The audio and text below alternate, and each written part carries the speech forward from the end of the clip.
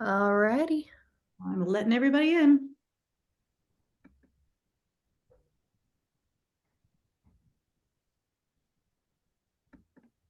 Hello, everyone. We're just going to give it another minute or two to let people join. But thanks for joining us tonight. This is the Colorado Boulevard BRT Stakeholder Committee meeting. So it's our first one, and looking forward to talking with you all.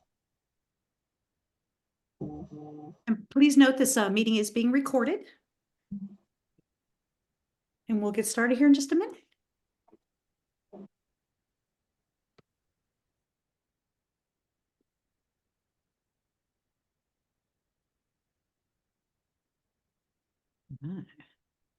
Now we're getting folks coming in. Hi, everybody that's just joining us. We'll get started here in just a minute. Just waiting for a few other folks to join, and we'll jump right in.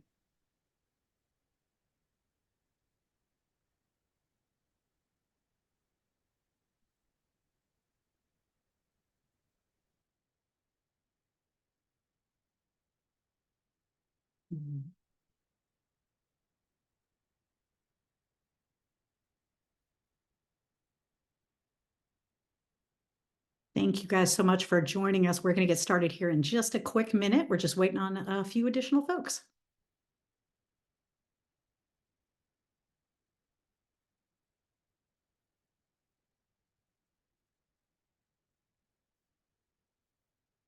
Madeline, you can keep your camera on or your camera off, whatever you are most comfortable with. We always love to see your shining face.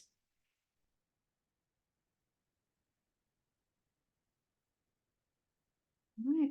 Ryan, I think that's everybody in the waiting room. Do we want to jump in?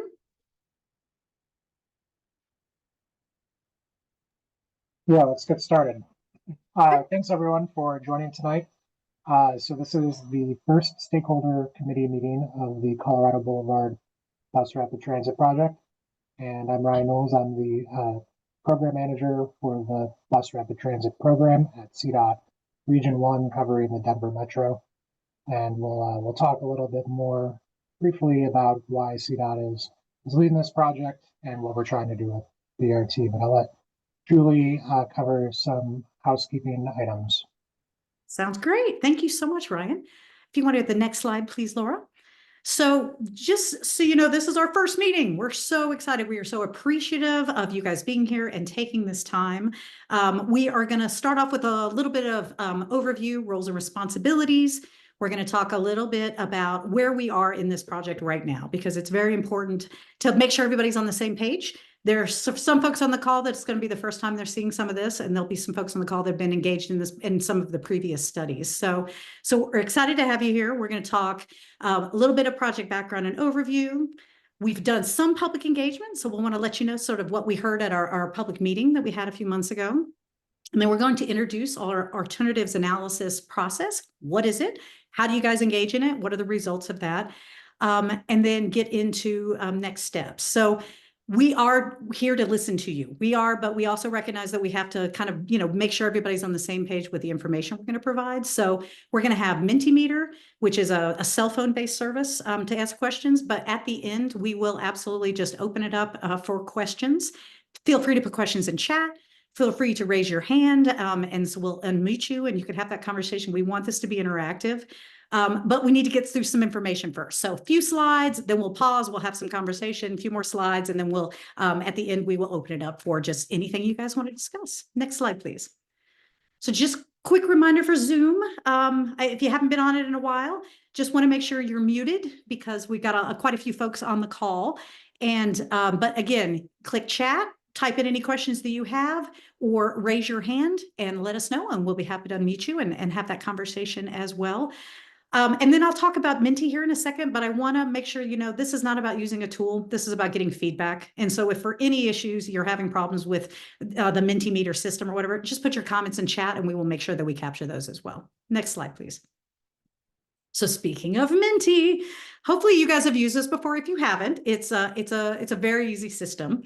So if everybody could get your cell phones, or you could do it on your laptop as well, and go to menti.com. I'll give everybody a second to do that. And it'll ask for a code. And if you put that code on here, the 85960446, you will get to our Mentimeter questions. Oh, thank you. And yes, Julia, we'd be happy to add, you had an individual you wanted to add to the project mailing list. Happy to do that. So let's try. Let us know. Hopefully this is working. But again, you always have chat as a backup. So we'll start off. We don't have time to do names and introductions for every single person. So we would love for you to just type in your name and organization in Menti. And so everybody can kind of get a sense of who's here. So we can start with that. And Laura, if you want to switch over to the Menti, and we'll see. Oh, great. Fantastic. Jill, we got Chloe, we got City Council, we've got the neighborhood. This is great. Thank you very much. And again, this will be for our agenda, but it also allows everybody to know kind of who's here. So if for some reason Menti's not working, like I said, feel free to just put it in the chat, but we'll give everybody a second here to sign in. Oh, this is terrific. Thank you. And it should just automatically start scrolling so we can see everybody's comments. Yep, there we go. We do have, oh, put the code in chat. Yep, I'd be happy to. 85960446.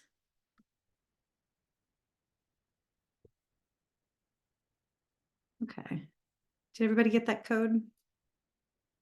Oh, I think I might have just sent it to a smaller group. Give me 1 second.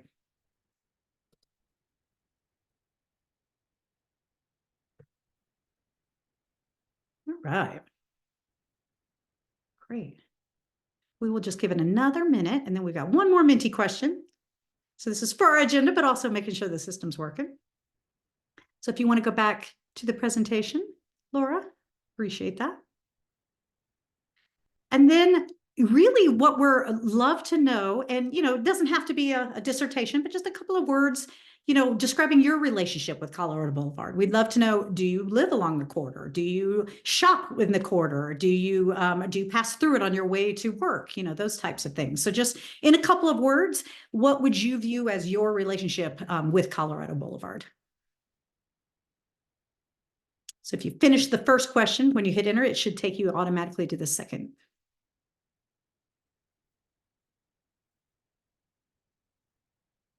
And again, if Menti's not working, feel free to just use chat. We're always open for that. Oh, great. Love this. This is awesome. People living it, eating all the food. I love that. There are some good restaurants along here. A love story for the ages. I can't wait to hear more about that. Let's see. And Laura, if you could scroll us a little bit. There you go. Forges the city, living near it. Yeah. Yeah, love, hate. We've heard that a lot, that I love Colorado Boulevard, but boy, there's some challenges. So that's part of what this project is all about. Well, using the 40, there we go. Terrific. Okay, I'll just give everybody another minute or two. And we'll get back to the presentation. Super helpful. All right, Laura, if you want to switch us back, feel free to keep putting those comments in. This is great. All right, next slide. So the last thing before I hand it over, you know, to talk a little bit more about the project, I wanted to talk about your role. Why are you here? You are here because you are a fantastic citizen that is willing to contribute your time, and we are so thankful for that. But also wanted to stress that your feedback is absolutely going to inform our project team. So if you see from our graphic here, all of the stakeholder committee, everything that we get from you guys goes straight to our technical working group. So really it's you guys are identifying issues, you're raising concerns, you're helping us kind of structure things. Then we're going to our technical working group, which is the project team, sort of working through, okay, what are the potential solutions? Taking that up, you know, through leadership, but also looping back down. So this is going to be a lot of iterative process. You're going to identify issues and concerns. We're going to take them back and we're going to come back to you with solutions and ideas to address some of those concerns. So we really want this to be an iterative process. So we're going to have opportunities to talk in these meetings, but you also have our email. Email us directly. Let us know what your concerns are. If you want to set up a separate meeting, we're happy to do that as well. So we really want you to feel part of this group and feel part of this team and feel comfortable reaching out to us with any of the concerns that you may have. So with that, I'm going to hand it over with the next slide to Ryan, and he's going to give us a little bit of a background of where we started. how we started, how this project got created, basically. Thanks, Julie. So I know many of you have been involved in our work on Colorado Boulevard, coming from the Colorado Boulevard Corridor Plan. And so our goals are really being carried forward through that plan. But I want to highlight that they align with CDOT's 10-year plan. So the 10-year plan is really where the BRT program in CDOT Region 1 has come from. It was approved by our Transportation Commission in 2022, and it really identifies the priorities for the entire state in terms of transportation investment over the next decade.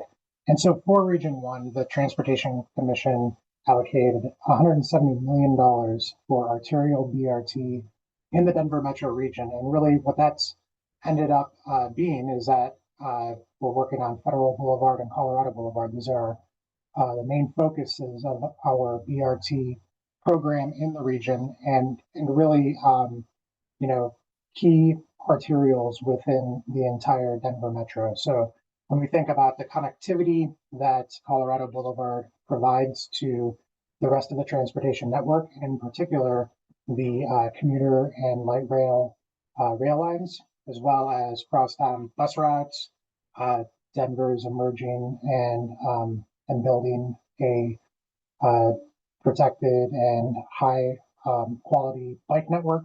So all these things kind of really fit into a bigger picture. And also with Colfax BRT now under construction, we see the BRT network filling this gap between the local bus service and the more regional focused rail system that we've spent the past several decades investing in. And so the 10-year plan goals really align very well with what we're trying to do on Colorado Boulevard. First and foremost, address safety. So Colorado Boulevard is on the high injury network. We know that there are a lot of very serious injury and unfortunately fatal crashes on the corridor. Also, from a safety perspective, it's just not a good place to be if you're a pedestrian or cyclist. It's probably the highest volume non-freeway state highway in the entire state of Colorado. In some parts of the corridor, there are almost 70,000 vehicles a day. And so that's just not a environment that's conducive to multimodal travel, which is an important part of the work that CDOT has prioritized in the 10-year plan. And then additionally, we really want to make sure that we're meeting our greenhouse gas goals that have been set for us by the state legislature and the governor's office. And so, again, we've worked hard to lay the groundwork for this BRT project and the corridor plan that we did earlier this year. And now that we are fully in the BRT project, we're excited to advance this work. Next slide. So project overview. The corridor plan somewhat coincided with this area. It went a little bit more north, but the area that we are considering for the bus rapid transit line would be from the 40th and Colorado station. So that's just south of I-70, serving the A line going out to the airport, to the Southmore station, which is a little bit east of I-25, and that serves the E and H lines. And so this is basically the existing RTD Route 40. So really what we're doing is we're focused on taking the Route 40 and elevating it to a bus rapid transit line. And so key issues, as I mentioned, that we see in the corridor include, a lot of safety concerns. Additionally, congestion is a huge problem on Colorado Boulevard. So if you're on the bus, if you're driving, if you're trying to cross a street, the amount of traffic congestion on the corridor makes it hard to do all those things. Additionally, because of that congestion, the local air quality on Colorado Boulevard is very bad. And so we see this project as a key component in addressing that, not just on Colorado Boulevard, but for our entire region. And overall, we're really working towards building a highly frequent, high capacity bus rapid transit line that is fast and reliable, so people can depend on the bus to arrive when it is scheduled to arrive. And then again, with the focus that we have on this corridor and really changing kind of how it operates, we also intend on improving the infrastructure for vulnerable road users like pedestrians and cyclists, and making it a much more multimodal spine on the east side of Denver. Next slide. So when we talk about BRT, we are really talking about a high quality bus system that in a lot of ways resembles a light rail. So it'll have a platform providing level boarding with the low floor of the bus.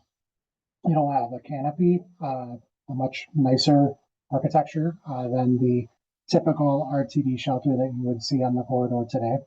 Additionally, there will be ticket vending machines on the platform, so you buy your fare before you get on the bus. And then real-time information, which will provide up-to-date information about the next arrival of the bus, or if there are delays, where those are happening.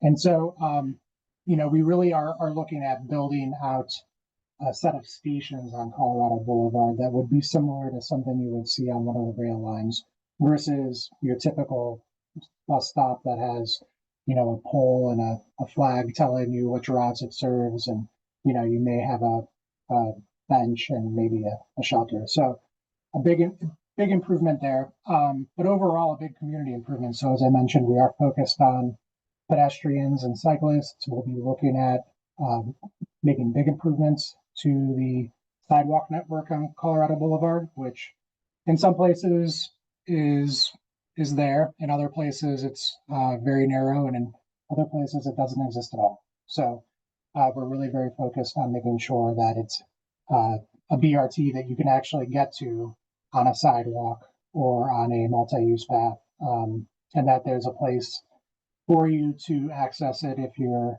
taking a bike, if you are rolling on a skateboard, if you are in a wheelchair.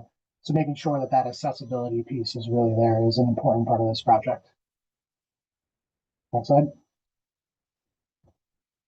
So we'll get into this more in a moment, and Nick will be talking about our alternatives analysis, but really we are doing what we would consider a constrained alternatives analysis. So our alternatives are limited to BRT. We're not considering any other transit solutions for Colorado Boulevard, like a streetcar or a light rail, anything like that, subway. We are talking about BRT. So really evaluating three major approaches to BRT alignments. So a center running BRT, similar to what's been planned and is proceeding with construction now in Denver on Colfax. A side running BRT, which is similar to what we are currently designing on Federal Boulevard. And then mixed flow BRT. So this would be similar to how the Colfax BRT will operate in the city of Aurora. So these are really the three things that we're evaluating. And we're evaluating all these against the no action, what we would call a no action alternative, but basically the existing condition and what we see would happen with Colorado Boulevard if we in fact just let it continue to operate the way it is today. We will certainly see more traffic, and we want to understand what these options will do to address that growth in traffic and ultimately growth in congestion and really exacerbation of all the negative things I just said about Colorado Boulevard. Next slide. So just a few high points on the differences between these three types of BRT. So of course, center running really has the highest reliability because you are removing it fully from traffic. So in the case where it is in the middle of the street, it doesn't conflict with any other vehicular movements. That does mean that you have to signalize all the left turns, and then you have to limit left turns throughout the blocks in the project entirely in order for that to work properly. Additionally, with the stations in the middle of the street, there are access considerations that you need to account for. And of course, with this approach, it tends to be more expensive than the other approaches and can be a little lengthier in the time because of the complexity to design it. So that is a consideration as well, but it is on the table and we are considering it for Colorado Boulevard. Side running is also an exclusive lane approach to implementing BRT. I think the big difference between the bus lanes on a side running BRT and a center running BRT are that the side running BRT lanes, which are curbside, allow right turns into and out of driveways, and then they share right turn lanes at intersections. And so what that does is it does introduce a limited number of vehicles in the bus lane, which can provide or create delays. While minor, it is still not quite as good as center running. And so that is a major concern with side running, but again, this one is also on the table. And then finally, mixed flow. So this is kind of the easiest approach to implementing BRT. It has the least amount of impacts to the existing roadway configuration and the existing operation of the street. So the major challenge with this one is with the least amount of impacts comes the least amount of change. And so a lot of the things that are problems today, you would see improvements in those problems, but they would still exist. And so certainly with, a transit signal priority focus system, so that's the technology that allows the buses to move through signalized intersections faster by corresponding with these signals. That would provide some speed improvement, but there still would be friction with other vehicles on the road. And so that would still continue to introduce delay to the bus line. Next slide. So just a high overview of our project timeline. So we're still relatively early in the development of this project. We kicked off the BRT phase several months ago. And as I mentioned earlier, and so many of you were involved in the initial corridor plan. And so we've used a lot of the work that we developed through that corridor plan, particularly the existing conditions, certainly building on the community engagement that we did during that plan to get to where we are today. But we are in the alternatives analysis phase of this project. So we have not yet decided what BRT looks like on Colorado Boulevard, and we are hoping that you will help us figure that out. And so that's really where we are right now. The next phase will be to determine what that design looks like, and then really get to about a 30% level before we begin to finalize and then think about construction. And then alongside that, do all of our environmental analysis that's required by the National Environmental Protection Act. So we are kicking off that process as well. We anticipate the BRT to be open for the public by calendar year 2030. So we have a lot of work to do prior to that. We hope to have this under construction by calendar year 2028. So even less time and a lot of work to do before that. So you'll be seeing a lot of us for this project.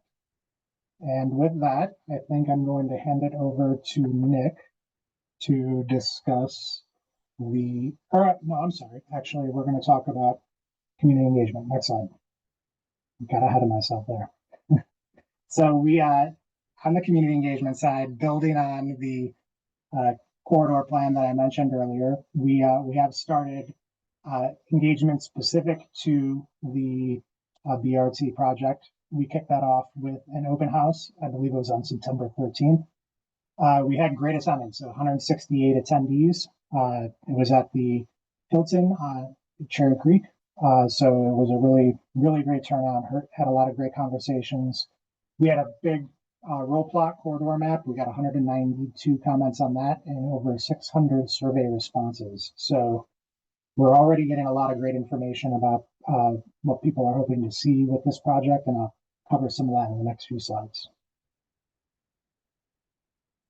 So one question we asked on the survey was, what type of trips are you taking on public transit on Colorado Boulevard? What are you using the number 44? And I thought what was really interesting about this is that the trips that people are using the number 44 are really diverse. A lot of times you see people using transit simply to get to and from work. And I think on this corridor in particular, you can see that folks are using the number 40 for not just work, but also accessing a bunch of services, going to accomplish daily needs like shopping, and there's a lot of great shopping on Colorado Boulevard. and also using it for recreation. So accessing some of the recreational spaces on Colorado Boulevard, like City Park, maybe connecting to other lines and then going elsewhere. So I think this is a really important thing to take away, is that the connectivity of this project with resources and destinations within and outside of the immediate project area are super important. And so we really need to be focused on that going forward. Next slide.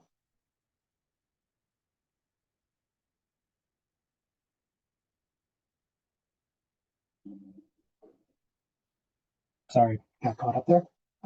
So additionally, we asked folks what results they would like to see from this project. So with the improved bus service and the BRT, what are you hoping to see? And we heard pretty loud and clear that speed and reliability are key for this project. So the bus is on time, it runs frequently, it gets you where you need to be, it's compatible with the rest of the network. This is all very important. Additionally, safety. So two big takeaways, roadway safety and pedestrian improvements, which I think you need to really consider hand in hand. But these are important things to address with this project. And then folks also pointed out that vehicle congestion is really bad. And so with thinking about how this project could change the operations of all the transportation modes on Colorado Boulevard, there could be some improvements that we'll see there as well. Next slide. So overall, we see strong support for this project. I think almost 80% of the folks that we surveyed said that they are strongly in support of a project to improve transportation and bus rapid transit on Colorado Boulevard. We haven't heard a lot of people say that they don't want us to do a project on Colorado Boulevard. So I think really the meat of what we're going to be doing with our discussions and our engagement with the community is going to come down to the different alternatives and the different types of considerations that come along with those. So, but it feels really good going into a project to see that level of support. So we are excited to be working on it. Next slide. And then, as I mentioned, just some themes from the survey responses that we got. So as I mentioned, improvements and speed and reliability for transit's very important. Also, improved ridership. So the number 40 has roughly around 3,000 daily riders today. We expect that we could see that grow very significantly with the BRT project. Just looking at what we have projected on Federal Boulevard and what we projected with Colfax, we think that we can really build upon that existing ridership, but also better serve the folks who are using the number 40 in transit on Colorado Boulevard today, which is a really important thing. There are people who rely on that service, and we need to provide a better service for them. Additionally, we have gotten some questions about the project cost and funding. We don't know those answers yet. We won't have a good sense of how much the project is going to cost until we get through this alternatives analysis and have an alternative for the project.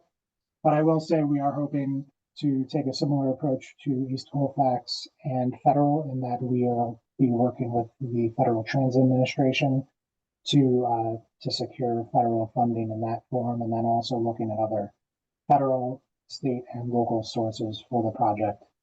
And then, as I mentioned before, really just a lot of interest and desire for a safer, more comfortable, better connected, more accessible corridor for all different transportation modes, not just driving. And so that is really the crux of what we're trying to achieve with this project.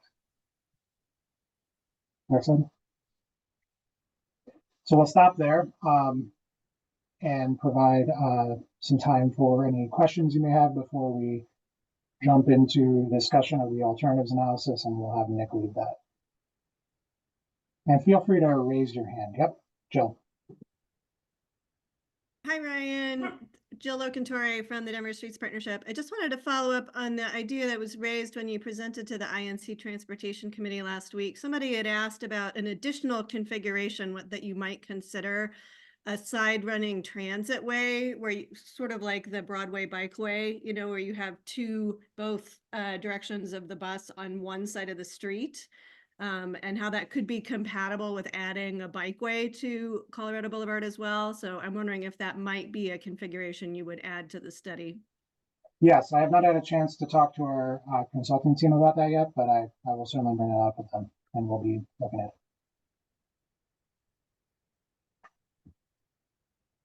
Helen, yes. Hi, sorry, I was just stepping away from my children, so sorry if you hear screaming in the background. No worries. But I was curious if this project will happen on a timeline where we could take learnings from the Colfax BRT and the federal BRT as they operationalize and incorporate that into decision making. Like I'm just wondering if there'll be opportunities thinking about those are kind of far off, but like, if one works really well and the other doesn't, is there potential for the project to pivot down the road? And then my other question was if the project team is like concerned at all in terms of funding about like incoming administration and what that could mean for these kind of projects. Yeah, those are good questions. So first question, I would say we do think there will be things to learn from the two other projects. So certainly with Colfax being through the entire process, we've learned a lot already in terms of project development and design. And with the project now under construction, I think we'll learn a lot of things from the construction process that we can maybe mitigate or address early before going to construction. And then certainly with federal, that's been the case where we have looked to Colfax on certain issues and really kind of taken the cues that were set through that project. And the Denver team has done a great job with figuring out a lot of really complex issues that we can just pick up and run with. So I think this whole build out of BRT lines in Metro Denver is really kind of a building process and an iterative process that's becoming easier to a degree with each new project. Donna? Sorry, just realized I had to unmute. No Just a couple of weeks ago, I had a friend drop me off at 6th Avenue and I planned on taking the 40 eastbound towards my home, not really realizing there's no sidewalks there and no bus stops at all. So it ended up being really miserable because I was kind of getting pushed off into the street because of, plants and such. This is a long ways off. Are there any things that might happen faster than 2030? I know that Denver's trying to get all the sidewalks in, sidewalks and increased numbers of bus stops. I had to go south on Colorado for quite a while before I found a bus stop finally. Any ideas on that? Yeah, so I think one thing that you highlighted, we are working with the city and county of Denver to try to target some sidewalk improvements prior to the project moving forward. I would also say coming out of that corridor plan that we developed, there are some targeted projects that hopefully will improve the pedestrian experience in the corridor. So we're working on trying to move those and advance them in the next year. Great. So yeah, this project, the BRT project, will be a very large project, and so it will address a lot of the issues. But we are trying to identify some things that we can do prior to that 2028 construction period, where we understand it's it's hard today to get around Colorado Boulevard. Thanks. So let's take a couple more questions, Ryan, and then we have the time at the end to revisit the questions in the chat and everything, but I want to make sure we get through the next section. So Yeah, I see Councilman Cashman has his hand raised. absolutely. Yeah, thank you. I'm wondering two things. Excuse the glare in the background. First of all, do you have any ballpark estimate? I know it depends on what option of BRT is chosen. Wondering if you have any cost estimate. And I also wonder, the most persistent question I get, and I heard it around Colfax BRT as well, is the concerns about taking away traffic lanes, driving traffic through the neighborhood. How do you respond? Yeah, so for cost estimate, unfortunately, we don't really have a good working number yet. You know, Denver Moves Transit, I think, projected some numbers in the, 100 to 200 million range. I think that could be a good estimate at this point. The funding program that we are pursuing to help fund this project through the Federal Transit Administration requires that the total project budget be under $400 million. So I can safely say that the project will be under $400 million. But otherwise, we'll be learning more about what we think the project cost will be in the next several months. And then in regard to traffic diversion, so we are going to be doing a very thorough traffic modeling analysis for each of the alternatives to understand what the implications are for adjacent and parallel corridors and neighborhood streets, so that we can assess what the impacts would be in the neighborhoods or on other north-south streets like University or Monaco, prior to making a decision on what the project looks like. Great, thank you. I will also know in the next few months what the appetite of the next administration will be for funding projects in the Denver area.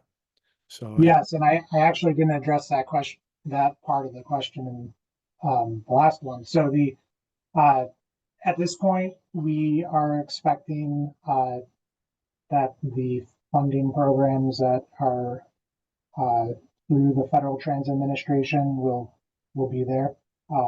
So we are proceeding with the plan to try to secure that funding, and I think we'll probably learn in next year what changes there will be to that. Although I will say that the capital investment grant program that the FTA has, that through which the Small Starts grant that we'll be pursuing is funded, did exist through the first term of the next administration. So, we are hopeful that there won't be a lot of changes there. Ellen? Oh, I think Ellen, is your hand still up or did you have another question? Oh, sorry. No, I just forgot to lower it. I always do that. Well, Ryan, if it's okay with you, I think we're going to keep going, but we've got time at the end to make sure. And we had a glitch with the chat, but I think we've got it fixed. So everyone should be able to chat to everyone now. Some folks had a limited feature. So hopefully that's working for everybody. If not, reach out to any of the project team and we'll make sure your comments get addressed. So with that, we'll hand it over to Nick. All right, good evening all. Hi, I'm Nick, and I'm kind of heading up our alternatives analysis process for the consultant team. And, in case we have technical questions as we get through in the next round of questions, we have a lot of our staff on the call tonight that are helping with some of the intimate design features and the environmental process. So if you have some of those more detailed questions, we definitely can get to those a little bit later on. In general, the alternatives analysis is a process that is used on a lot of CDOT and federalized projects where you're trying to get a transparent and defensible decision, and you go through a few options to get what's called a preferred alternative. This timeline on the bottom of the page here kind of shows what we've been doing this year. We had some public input to start with. and bridging over from the corridor study that Ryan was talking about earlier with our project partners. We started with a vision and goals session and talked about the purpose and need of the project in case we get into the environmental process down the road. Over the last couple of months, we've been working on our tiers of screening these BRT options and looking at runway concepts that would fit in the corridor. Right now, we're just getting our feedback from our project partners on our first step in our feasibility screening through the corridor that I'm going to kind of walk you through here in a little bit. But hopefully after Thanksgiving, we will complete our first step of feasibility screening, and we'll move on to the next step, which is the detailed screening, which is where we really roll up our sleeves and get to work and start quantifying and measuring and doing a little more detailed work to make sure that we're getting the best solutions for all these running ways that we're going to talk about here in a sec through the corridor. From that, we hope to, by February, deliver several options to the project team. We'll put it out for public input and to the stakeholders, and we'll have a few alternates to look at. Those alternates, we're going to gather input from everybody. And from that, hopefully by May, we're moving into a preferred alternative for the project to advance. You know, that point in May, we're about at a 10% design level. So a lot still to go and lots of decisions to make in the future, but you've got a good idea of where it's going. And then that timeline also then aligns with the federal grant process that's going to happen later in the year. So we're really doing a lot of work between now and May to get to that point so we have something to advance in the project. Next slide, please. So to step back into that yellow block here where we're talking about feasibility screening, you know, this first pass through, basically we're taking a look at some different running way corridor concepts. And basically I'm not guiding a plane in here, but you know, they're different widths of what we're trying to fit into the corridor. And then we'll push it through the entire corridor to see how it affects the adjacent properties. And so that's why in this first feasibility screening, right away is two big key components. And so we look at when we're pushing through these different corridor alignments, we look at full property acquisitions, partials, and major infrastructure impacts. And so to give you a little background on these for commercial, multifamily, and other industrial type applications, we would consider it a full property acquisition if when we push it through the corridor, we would hit the building associated with that property, or if it's a business, if we took out half their parking, or if we affected a business operation. And an example of that would be like a fast food drive-through. If we pushed the sidewalk out and it impacted the lane at a drive-through, that would affect that business and make it full take. For single-family residential areas of the corridor, we said that if our impacts got within 10 feet of the dwelling, so that sidewalk was 10 feet away from the front door, that would be a full property acquisition. Or if they had a front driveway and you weren't able to pull in the driveway and park your vehicle, so it'd be less than 20 feet, that would also be a full property acquisition. The partial acquisitions would be everything else. And you could probably envision that in lots of instances, that would just be a strip out of the front of a property, out of the front yard or something, so that you could fit everything in the corridor. And so it'd be a little skinny piece that we'd take off of property in the front of it. And we made sure that we accounted for all those in these running way concepts and counted them all to make sure that we can weigh each of these concepts against each other. The major impacts for infrastructure, obviously the two big ones that come to mind would be the Cherry Creek and I-25 bridges. Those are big, significant costs if those have to change or get widened. Some other things, walls, major culverts, transmission lines, or big utilities that you could run into and have to relocate. And surprisingly, billboards are a very expensive impact if you run into them. So kind of a surprise if you didn't know that, but yes, that's a big issue. Next slide, please.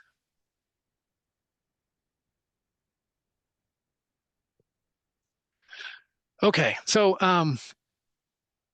to start our work, one of the first things we do is we're going to chop our whole corridor up into segments. And we do this for a couple of reasons.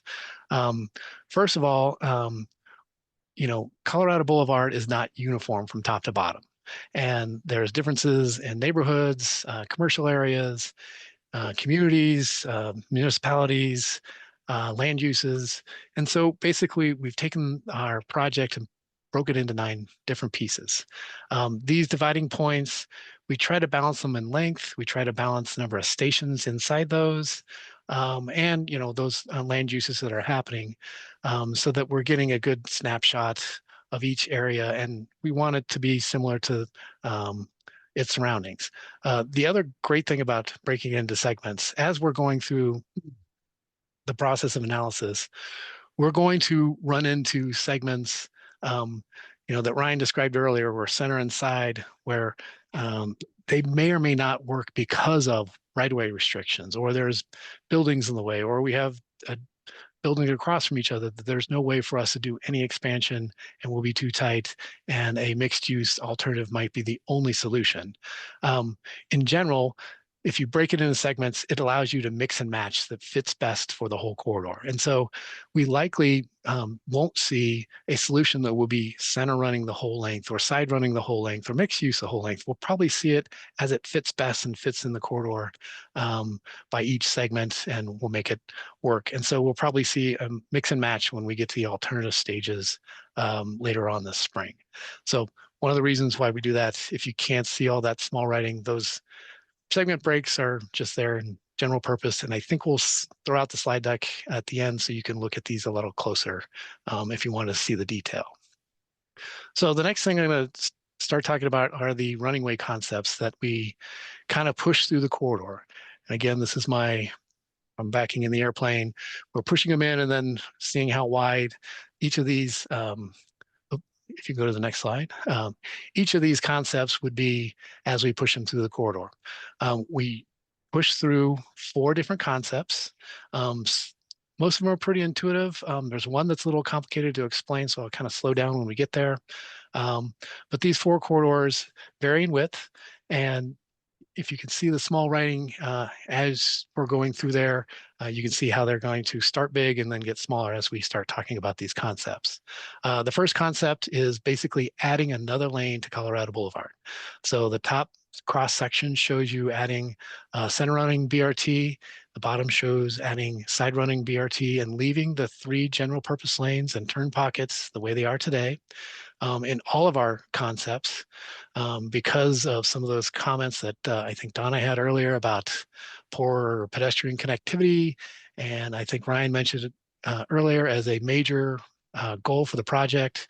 We are always, in all of our concepts, improving the pedestrian platform on the outside. So we're making sure we have at least a 6-foot sidewalk and hopefully a 6-foot buffer landscaping area for tree plantings and a little distance between the traveling public and the pedestrians on the outside. So this is a pretty easy concept to understand, but it does add another lane to Colorado Boulevard in each direction. So go to the next slide.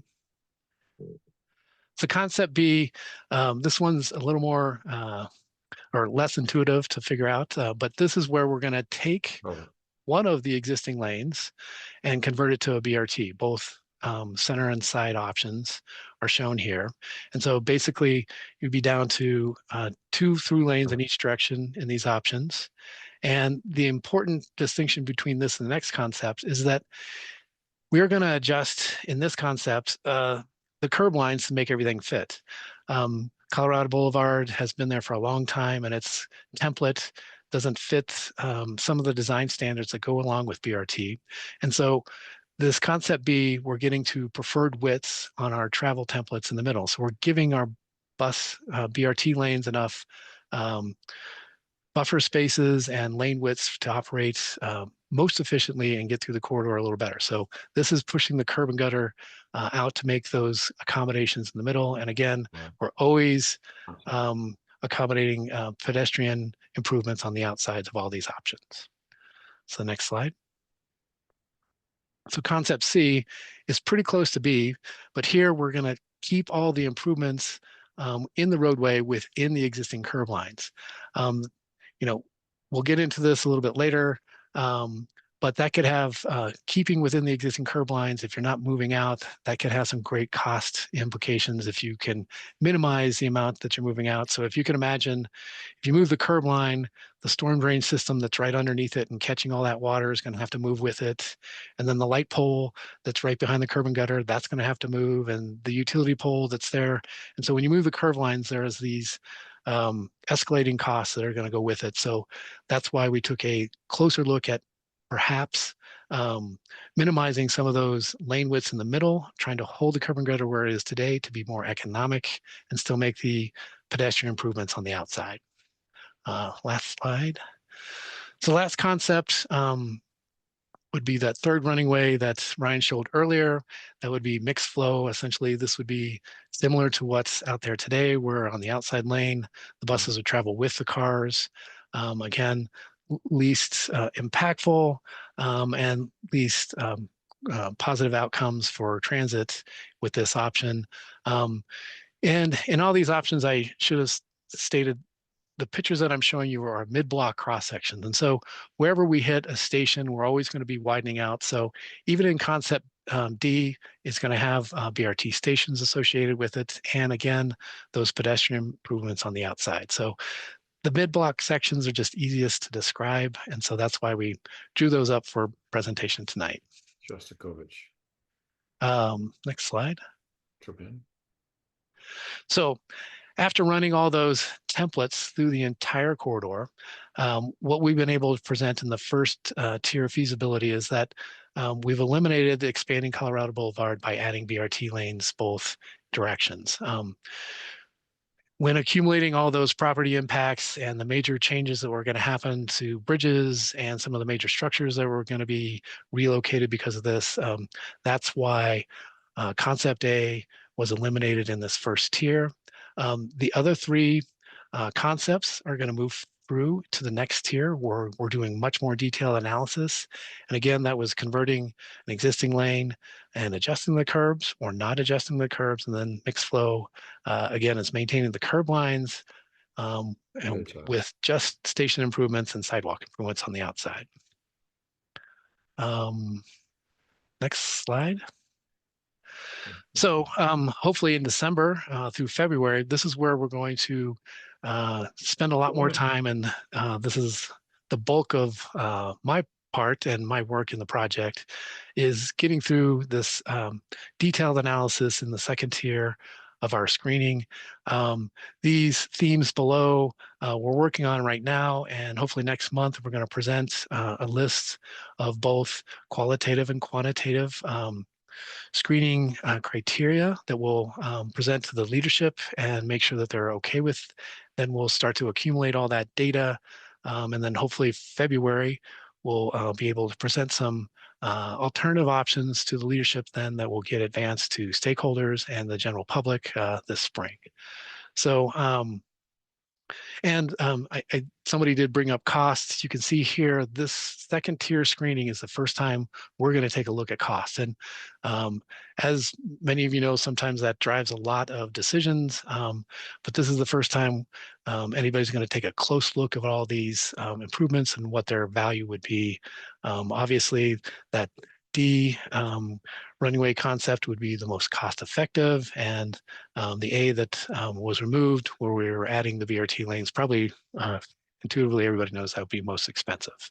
But these are general themes that we're looking at, and transit and vehicle impacts, I think typically are usually really focal points for people when they want to see results for improvements of the project. So I think now I will pause and turn it back over to Julie, and we have some questions to ask you with the Mentee, and then we'll do another round of questions at the end, I think. Absolutely. Thank you so much, Nick. let's see, let's pull up the Menti. I apologize, I'm having technical difficulties here. So the first question that we're going to ask is around those configurations. Well, actually, let me stop for a second. Let's see if you have any questions for Nick to make sure we understand these three configurations, because then we're going to ask your opinion about those. So do we have any questions about those? About how they work or what the components are? No? All right, well, let's jump right in. We would love everybody get back on your Menti and let us know which of these that you are most interested in, or what would you recommend? You know, and what would you support the most? Maybe that's a way to say it. So if we could switch to Menti and just let us know. It's just the pick the three, and then you're going to have an opportunity to tell us a little bit more.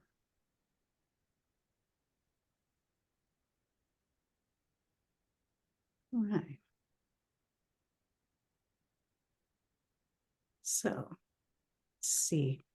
I have lost my screen, guys. I apologize. Nick, can you tell me what the results are looking like? Ah, I get it now. Okay, so it looks like we're interested in some center running. Side running's catching up as a second, with third being in our least supported at this point. So we'll give everybody a second to respond to that. But then we're going to ask you the question, because we're very interested in why. You know, just use a so the next question, just so you know, is going to be asking a few questions about what do you think, you know, why would you support one of these over some of the others? All right, I think we can just jump into that next question then. So whenever you're done, just hit return, and then you'll go right to the next question. Please describe your choice in 3 words or less. You can use 4, it's okay. We'll give you a couple extra words, but. All right, so we're liking the bus lanes. We're liking the more frequent bus stops. So you put exclusive bus lanes, is that to provide more? So exclusive bus lanes providing more reliability potentially. Center fewer conflicts, protecting fast buses. Yep. Well, this is all very helpful. So we'll give everybody a minute on this.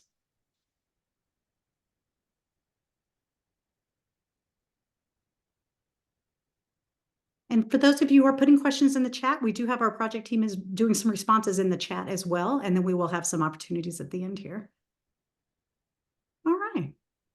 Well, Laura, let's go back to the presentation. So feel free filling these in. I think that would be great. All right, next slide.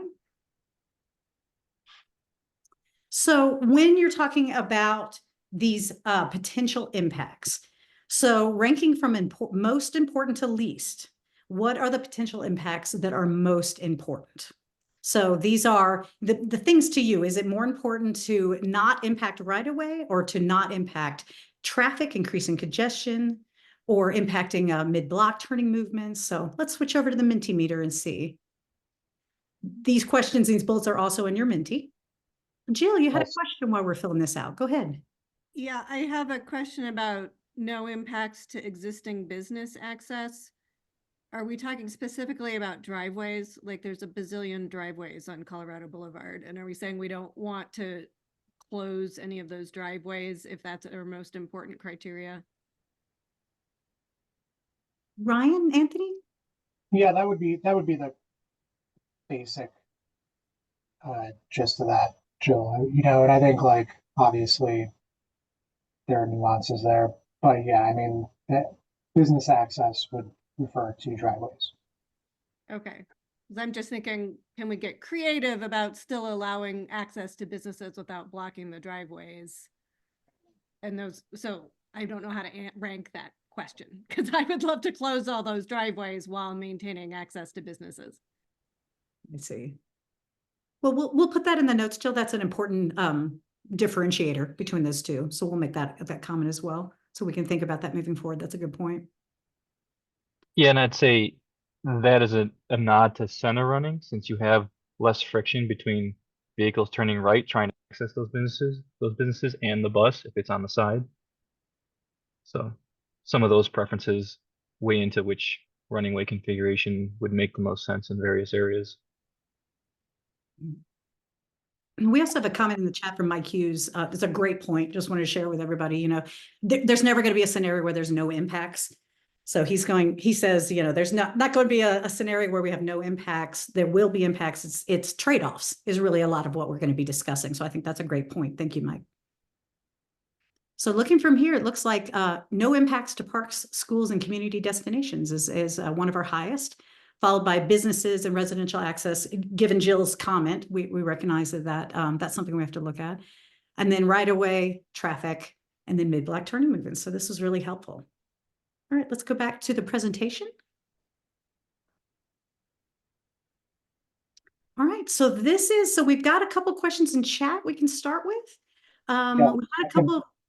I can Please. handle those, Julie. Yeah, please.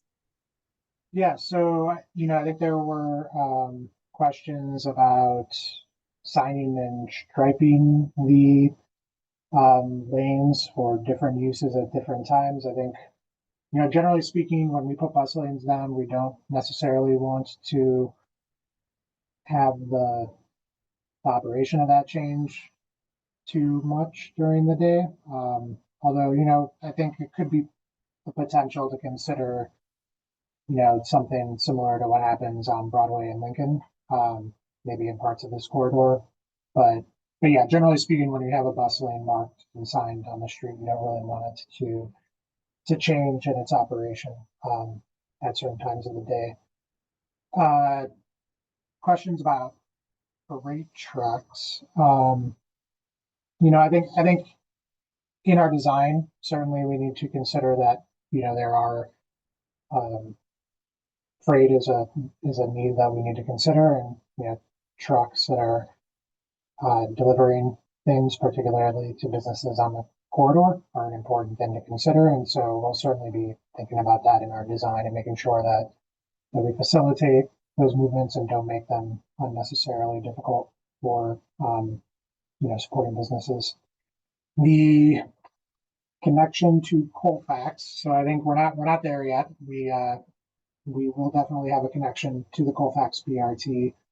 It will depend on what the Colorado BRT looks like through that part of the corridor, what the specific connection looks like. So I think, once we figure out this first part of the alignment question, we can then start to visualize and brainstorm how best to make that connection with the Colfax BRT. And then the emergency vehicles, we have been anticipating that emergency vehicles will be able to use the bus lanes regardless of where they are, similar to what happens today elsewhere. Mike, I see your hand raised. Yeah, didn't need to interrupt. When you're ready for the open discussion, I just was ready to jump in. So yeah, well, let's shift in there. the queue. Sorry about that. Yeah, let's jump to the open discussion, and then I'll come back to some of these in the chat once I have a chance to read them.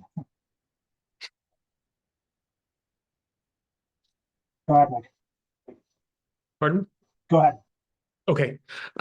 So I think one of the things that will help, that I would love for you all to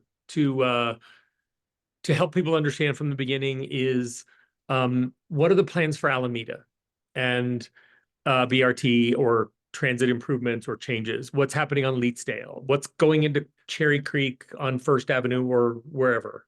And how does this connect up to other things? Because I think, for me, it's the idea of walking 3 blocks to Colorado Boulevard and then going south to the Whole Foods and getting some groceries and getting back on. If I can do that without getting stuck in traffic anywhere, I'm going to take the BRT for something I'm doing with my car now. But in addition, it would be great to know, how does this connect to Colfax? What happens at Alameda? Is this part of creating a whole system of improved transit or BRT links that I can also connect to, so that I can think about, BRT to Colfax BRT to the Capitol, those kinds of trips.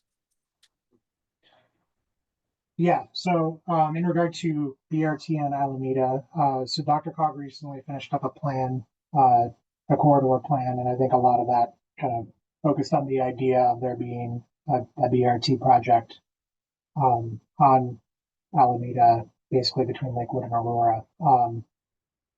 With other BRT projects and connecting across the city and across the region, other than the ones that are going forward now, I think it's a good time to be thinking about that. So a lot of the BRT projects that are kind of on deck are currently identified in the Dr. Cog Metro Vision 2050, and they are going to be updating that in the next 2 years. So that process is going to begin, I think, in 2025. So we want to be thinking about other connections that should be prioritized in the near future. That would be a good process to get involved in. But yeah, does that answer your question, Mike? Yeah, and it was just more, I think, for these meetings, given that we don't have very many of them, if we could talk about Colorado primarily, but also talk about these other connections and how you're thinking about, a transit hub at Alameda and where it goes and what does that mean? Does it mean that you do side running so that you can get to what's happening on Alameda and you can make a transit hub on the, blow up the KFC on the corner or whatever it is that you'd have to do that. So I think to have us be immersed from the very beginning about the system pieces of this, in addition to just the Colorado Boulevard pieces, I think would help us understand whether my vote for center running BRT actually is a better alternative or whether it makes one of these connections less successful. And so it would help for me to have that context as I'm offering advice and thinking about Colorado. Yeah, and I think, as we get into the next phase of the, alternatives evaluation, we can build some of that in, so that we're thinking about it at that, more, high level, but then thinking about like how each section that we're considering on Colorado Boulevard might have a connection to a future BRT. That could be an important thing to be thinking about. So I think we can certainly build that into this alternatives process.